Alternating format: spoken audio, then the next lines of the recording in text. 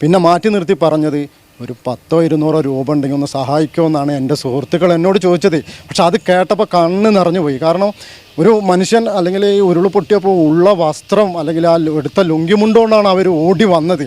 പിന്നെ ഈ 14 ദിവസമായിട്ട് അവർ ജോലിക്ക് പോവുക അല്ലെങ്കിൽ മറ്റുള്ള കാര്യങ്ങൾക്കൊന്നും പോയിട്ടില്ല.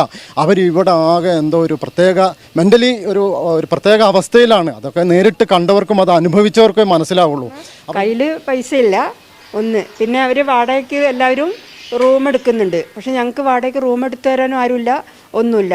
കയ്യിൽ പൈസ ഉണ്ടെങ്കിൽ തന്നെ എവിടെ പോയി എടുക്കും? എവിടെയില്ല. അതുകൊണ്ട് ഒരു അഭ്യർത്ഥന ഉണ്ട്, ഗവൺമെൻറ് തന്നെ ഞങ്ങളെ ഒരു സുരക്ഷിത സ്ഥലത്താക്കണമെന്ന് അപേക്ഷിക്കുന്നു. ഞാൻ മേപ്പാടിയിലെ ഒരു സന്നദ്ധ പ്രവർത്തകനാണ്. ഞാൻ എൻ്റെ സുഹൃത്തുക്കളൊക്കെ ക്യാമ്പിലുണ്ട്. അവരെ സന്ദർശിക്കുന്നതിന് വേണ്ടിയിട്ട് പോയപ്പോൾ അതുകൂടാതെ എൻ്റെ സുഹൃത്തുക്കൾ അവർക്ക് വേണ്ട സഹായങ്ങളൊക്കെ ആയിട്ട് വന്നിരുന്നു. ഈ സഹായവുമായി പോയി അവരോട് പറഞ്ഞു, നമുക്ക് കട്ടിൽ വന്നിട്ടുണ്ട്, അതുപോലെ ബക്കറ്റ്, നമുക്ക് വേണ്ട ഫർണിച്ചറുകളൊക്കെ വന്നിട്ടുണ്ട്, നിങ്ങൾക്ക് എന്താ വേണ്ടത് എന്ന് ചോദിച്ചപ്പോൾ എൻ്റെ പ്രിയപ്പെട്ട സുഹൃത്തുക്കൾ പറയുന്നത്, ഞങ്ങൾക്ക് വീടില്ല, പിന്നെ എന്തിനാണ് ഈ ഉപകരണങ്ങളൊക്കെ, അതിൻ്റെ ഒരു ആവശ്യം ഇപ്പം ഇല്ല. പക്ഷേ നമുക്ക് ആവശ്യമുള്ളത് എന്താണെന്ന് മാറ്റി നിർത്തി ഞങ്ങളോട് പറഞ്ഞു, ഒരു 200 രൂപ ഉണ്ടെങ്കിൽ കിട്ടിയാൽ വലിയ ഗുണമായിരുന്നു. കാരണം സാമ്പത്തികമായിട്ട് ഇപ്പോൾ ഞങ്ങൾ സീറോ ആണ്. കാരണം ആ ഉരുൾ പൊട്ടിയ സമയത്ത് ആ ഉടുത്ത ലുങ്കിമുണ്ടും അതുപോലെ ആ ഉള്ള ബനിയനും തോർത്തുമായിട്ടാണ് അവർ മേപ്പാടി ക്യാമ്പിലേക്ക് ഓടി വന്നത്. 14 ദിവസമായിട്ട് അവർക്ക് ജോലിയോ മറ്റുള്ള ഒരു സംവിധാനങ്ങളും ഇവിടെ ഇല്ല. അതുകൊണ്ട് തന്നെ അവരെ കയ്യിൽ 5 പൈസയും ഇല്ല. അത് അഭിമാനം കൊണ്ട് ഇവർ പറയുന്നുമില്ല, ആളുകളോട് ചോദിക്കുന്നുമില്ല. അതൊരു വലിയ എന്താ പറയുക, ഒരു മനസ്സ് പൊട്ടുന്ന ഒരു സംസാരം അല്ലെങ്കിൽ രംഗങ്ങളാണ് നമ്മൾ നേരിട്ട് കണ്ടത്. ഇപ്പോൾ ഏട്ടൻ്റെ കുടുംബത്തിൽ ഒരുപാട് പേര് ദുരന്തത്തിൽ പെട്ടുപോയി. എന്താണ് ഇപ്പോഴത്തെ ഒരു കയ്യിൽ ക്യാഷ് ഇല്ലാത്തൊരു സാഹചര്യം? ക്യാഷില്ലാത്തതെന്ന് പറഞ്ഞാൽ ഞങ്ങളന്ന് വന്ന രംഗം പറഞ്ഞറിയിക്കാൻ പറ്റാത്ത രംഗമാണ്. മല വന്ന് ചളിയോടുകൂടി വീടിൻ്റെ ചുറ്റും കൂടി നിന്ന് എങ്ങോട്ട് പോകണമെന്നറിയാതെ ഇങ്ങനെ നിൽക്കുമ്പോഴാണ് പുറത്തുനിന്ന് ഒരാൾ വന്ന് ഞങ്ങളെ ഭാര്യേനെയൊക്കെ വലിച്ചു കൊണ്ടുവരുന്നത്. അന്നേരം ഏട്ടനെ എടുത്തൊന്നും പോയത് ഞങ്ങൾ അറിയുന്നില്ല, മക്കളൊന്നും പോയത്. ഞങ്ങൾ മുകളിൽ കയറി വലിച്ചുകൊണ്ട് ചളി കൂടെ ഇങ്ങനെ വലിച്ച് അക്കരെ കയറ്റി കഴിഞ്ഞ് ഒരു 10 മിനിറ്റ് ഗ്യാപ്പ് കിട്ടിയാണ്. അപ്പോൾ അടുത്ത പൊട്ട് വരുന്നത്. ആ പൊട്ട് ഞങ്ങൾ പിന്നെ ഒരു മലയിലോട്ട് കയറി അങ്ങനെ കുറേ നേരം നിന്ന്. അപ്പോൾ നമുക്കുള്ള വിഷമം എന്ന് പറഞ്ഞാൽ ചേച്ചിനെ പിന്നെ മക്കളെ ഒന്നും കണ്ടില്ല, അവരെ ചേട്ടനെ മാത്രം കിട്ടിയിട്ടുണ്ട്. അതൊരു വിഷമം വേറെ. പിന്നെ ഒന്ന് ഇവിടെ നിന്ന് പോയാൽ എവിടെ പോയി താമസിക്കും? വാടക വീടോ അല്ലാതെ ക്വാർട്ടേഴ്സ് അതൊന്നും കിട്ടുമല്ലോ എന്ന് നമുക്കറിയില്ല. മറ്റുള്ള ജീവിതം അത് കിട്ടുമെന്ന് സർക്കാർ എല്ലാവർക്കും വാടക വീട് ശരിയാക്കി തരുമെന്ന് പറഞ്ഞിട്ടുണ്ട്. ഇപ്പോൾ സാമ്പത്തികമായിട്ട് എടുത്ത തുണികളോട് വന്ന ഒരു സാധനം എടുത്തില്ല. അപ്പോൾ സാമ്പത്തിക പ്രശ്നം വലിയൊരു പ്രശ്നമൊന്നുമല്ല എല്ലാവർക്കും, ഞങ്ങൾക്ക് നല്ല എല്ലാ റൂമിലുള്ളവർക്കും. അത് അടിയന്തരമായിട്ട് നമുക്ക് സഹായം എത്തിക്കണം.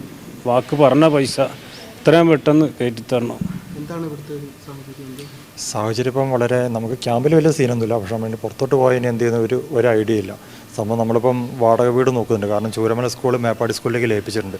അപ്പോൾ ആ ഒരു സ്ഥിതിക്ക് നമുക്ക് ഇനി പഠിക്കണമെങ്കിൽ മേപ്പാടി സ്കൂളിലല്ലാണ്ട് വേറെ ഒരു വഴി കാണുന്നില്ല.